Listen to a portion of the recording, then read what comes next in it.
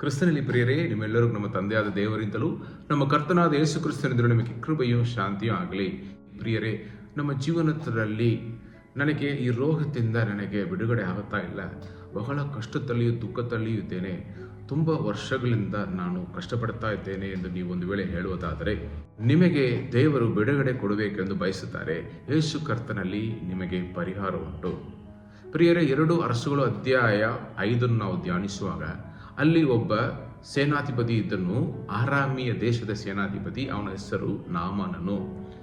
ಇವನು ಪರಾಕ್ರಮಶಾಲಿಯು. ಅವನ ದೇಶದಲ್ಲಿ ಅವನು ಮಾಡಿದ ಎಲ್ಲ ಯುದ್ಧದಲ್ಲಿಯೂ ಜಯವನ್ನು ಅನುಗ್ರಹಿಸಿದ್ದರಿಂದ ಅವನ ಮುಖಾಂತರ ಆ ಅರಸನು ಅವನನ್ನು ಸನ್ಮಾನಕ್ಕೆ ಯೋಗ್ಯನು, ಮಹಾಪುರುಷನೆಂದು ಎನ್ನಿಸುತ್ತಿದ್ದನು. ಆದರೂ ಈ ನಾಮಾನನು ಕುಷ್ಠರೋಗಿಯಾಗಿದ್ದನು. ಪ್ರಿಯರೆಯ ಕಾಲದಲ್ಲಿ ಕುಷ್ಠರೋಗಕ್ಕೆ ಔಷಧಿ ಇಲ್ಲ.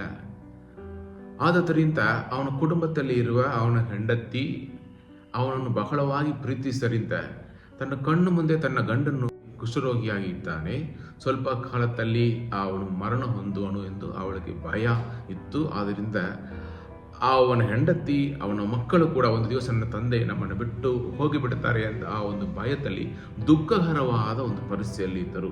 ಪ್ರತಿನಿತ್ಯ ಅವರ ಕುಟುಂಬ ಬಹಳ ದುಃಖದಲ್ಲಿ ಇತ್ತು. ಒಂದೊಂದು ಸಮಯ ಈ ಅರಾಮ್ಯರು ಇಸ್ರೇಲ್ ಪ್ರಾಂತದಲ್ಲಿ ಸುಲಿಕೆ ಮಾಡಕ್ಕೆ ಹೋಗುವಾಗ ಒಬ್ಬ ಹುಡುಗಿಯನ್ನು ಹಿಡಿದುಕೊಂಡು ಬರುತ್ತಾರೆ. ಆ ಹುಡುಗಿ ನಾಮಾನನ ಹೆಂಡತಿಗೆ ದಾಸಿಯಾದಳು.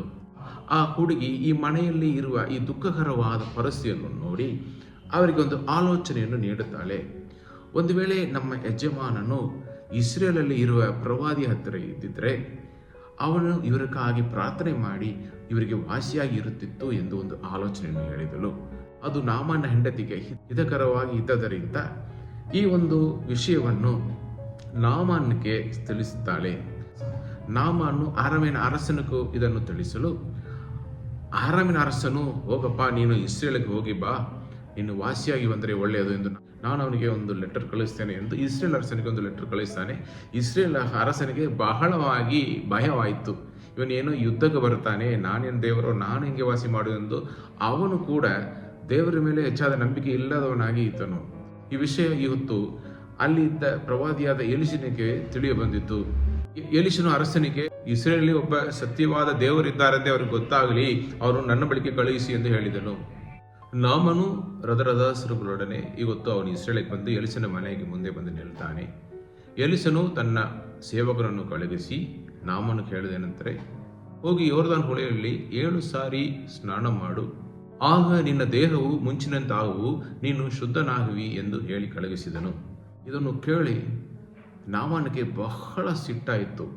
ನಾನು ಹಿಂಗೆ ಯೋಚನೆ ಮಾಡಿದೆ, ಈ ಪ್ರವಾದಿ ನನಗೋಸ್ಕರ ಹೊರಗಡೆ ಬಂದು ನನ್ನ ಕುಷ್ಠರೋಗದ ಮೇಲೆ ಕೈ ಆಡಿಸಿ ನನಗೋಸ್ಕರ ಯೆಹೋವನನ್ನು ಪ್ರಾರ್ಥಿಸುವನು, ನನಗೆ ವಾಸಿಯಾಗುವುದೆಂದು ನಾನು ಅಂದ್ಕೊಂಡೆ. ಇವರು ಇವತ್ತು ಯೋರ್ದಾನ್ ಹೊಳೆಯಲ್ಲಿ ಹೋಗಿ ಸ್ನಾನ ಮಾಡಿಕೊಂಡು ಹೇಳ್ತಾರಲ್ಲ, ಸ್ನಾನದಿಂದ ವಾಸಿಯಾದರೆ ನಮ್ಮಲ್ಲಿ ಉನ್ನತವಾದ ಹೊಳೆಗಳು ಉಂಟಲ್ಲವೇ ಹಂಗೆ ಹೇಳಿ ಅವನು ಹೊರಟು ಹೋದನು. ಆಗ ಅವನ ಸೇವಕನು ಹತ್ತಿರ ಬಂದ ಅವನಿಗೆ, ಅಪ್ಪನವರೇ, ಪ್ರವಾದಿ ಒಂದು ಕಠಿಣವಾದ ಕೆಲಸವನ್ನು ಕೊಡುತ್ತಿದ್ದರೆ ನೀವು ಮಾಡ್ತಿದ್ದೀರಲ್ಲ, ಇದೊಂದು ಸುಲಭವಾದ ಕಾರ್ಯ ತಾನೆ, ಯಾಕೆ ಅದರಂತೆ ಮಾಡಬಾರದು ಅಂತನು. ಆವಾಗ ನಾಮಾನನು ಅದನ್ನು ಕೇಳಿ ಒಪ್ಕೊಂಡು ಯೋರ್ದಾನ್ಗೆ ಹೋಗಿ 7 ಸಾರಿ ಅದರಲ್ಲಿ ಮುಳುಗಿ ಎದ್ದನು. ಕೂಡಲೇ ದೇವರ ಮನುಷ್ಯನ ಮಾತಿಗೆ ಅನುಸಾರವಾಗಿ ಅವನ ದೇಹವು ಕೂಸಿನ ದೇಹದಂತೆ ಶುದ್ಧವಾಯಿತು. ನೋಡಿರಿ, ಅವನು ಮೊದಲು ದೇವರ ಮೇಲೆ ನಂಬಿಕೆ ಇಟ್ಟಿರಲಿಲ್ಲ. ಈ ಸೇವಕನು ಹೇಳಿದ ಮೇಲೆ ಅವನು ದೇವರ ಮೇಲೆ ನಂಬಿಕೆ ಇಟ್ಟು ದೇವರು ಕೊಟ್ಟ ಕಟ್ಟಳೆಗೆ ಅವನು ವಿಧೇಯನಾಗಿ 7 ಸಾರಿ ಯೋರ್ದಾನಲ್ಲಿ ಮುಳುಗಿ ಎದ್ದನು. 6 ಸಾರಿ ಅವನು ಮುಳುಗಿ ಅವನು ನೀರು ಬಿಟ್ಟು ಹೊರಗಡೆ ಬಂದಾಗ ಅವನಿಗೆ ವಾಸಿಯಾಗಿರಲಿಲ್ಲ.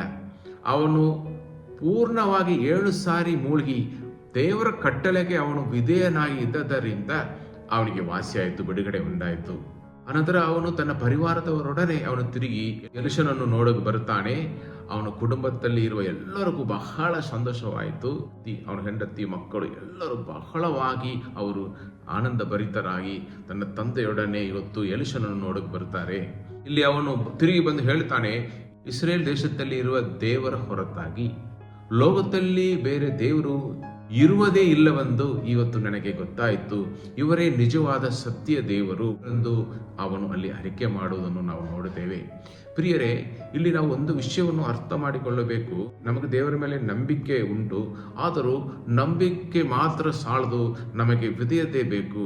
ನಾವು ನಂಬಿಕೆಯನ್ನು ಕ್ರಿಯೆಗಳಲ್ಲಿ ನಾವು ತೋರಿಸುವರಾಗಿ ಇರಬೇಕು.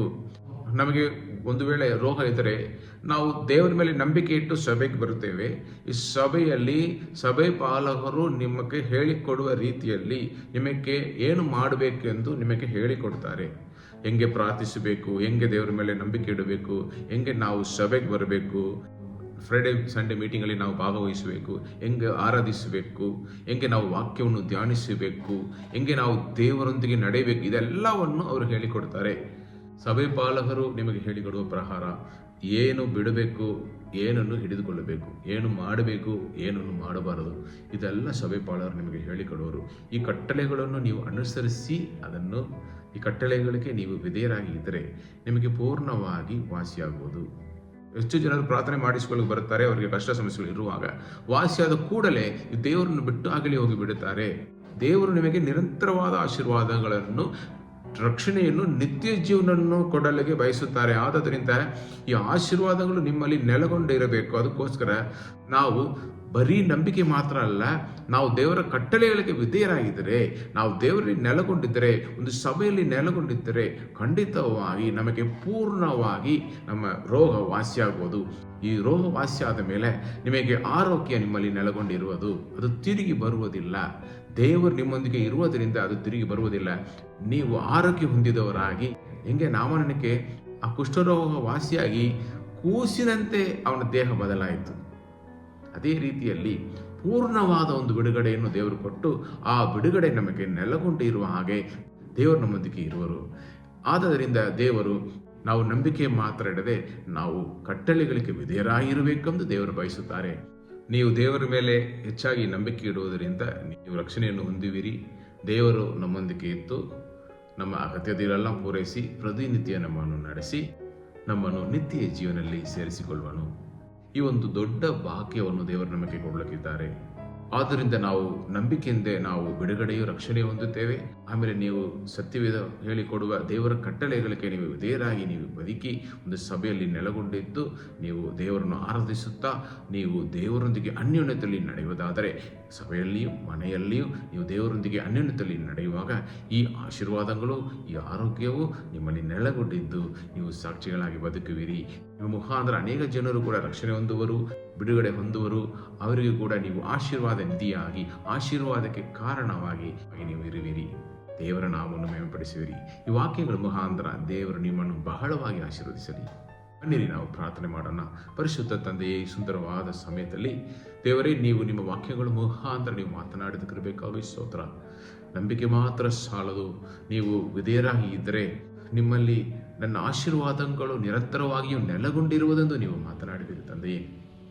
ಎಷ್ಟೋ ಜನರು ಇವತ್ತು ರೋಗದಲ್ಲಿ ತಳಲಿ ಬಳಲಿ ಬಹಳ ನೋವನ್ನು, ದುಃಖವನ್ನು ಅನುಭವಿಸುವರಾಗಿದ್ದಾರೆ. ದೇವರೇ, ಯಾರೆಲ್ಲ ನಿಮ್ಮ ಮೇಲೆ ನಂಬಿಕೆ ಇಟ್ಟು ನಿಮ್ಮಲ್ಲಿ, ನಿಮ್ಮ ವಾಕ್ಯದಲ್ಲಿ ನೆಲೆಗೊಂಡಿರುವೇನೋ ಎಂದು ನಿಮ್ಮ ವಾಕ್ಯಕ್ಕೆ ವಿಧೇಯರಾಗಿ ಇರುವುದಕ್ಕೆ ತನ್ನನ್ನು ಒಪ್ಪಿಸಿಕೊಡುತ್ತಾರೋ ಅವರೆಲ್ಲರನ್ನು ನೀವು ವಾಸಿ ಮಾಡಿರಿ, ಬಿಡುಗಡೆಯನ್ನು ಕೊಡಿರಿ. ನಿರಂತರವಾದ ಒಂದು ಬಿಡುಗಡೆಯನ್ನು ನೀವು ಕೊಡಬೇಕು ಎಂದು ನಾನು ಪ್ರಾರ್ಥಿಸ್ತೇನೆ ಅಪ್ಪ.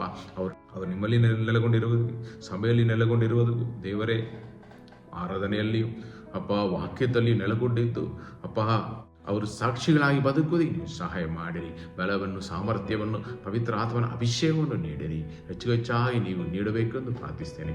ಇವಾಗ ಮಾಡಲು ಶಕ್ತನಾಗಿರುವುದಕ್ಕಾಗಿ ಸ್ತೋತ್ರ. ಯೇಸುವಿನ ನಾಮದಲ್ಲಿ ಬೇಡಿ ಹೊಂದಿಕೊಳ್ಳುತ್ತೇವೆ ಪ್ರೀತಿಯ ತಂದೆಯೇ, ಆಮೆನ್.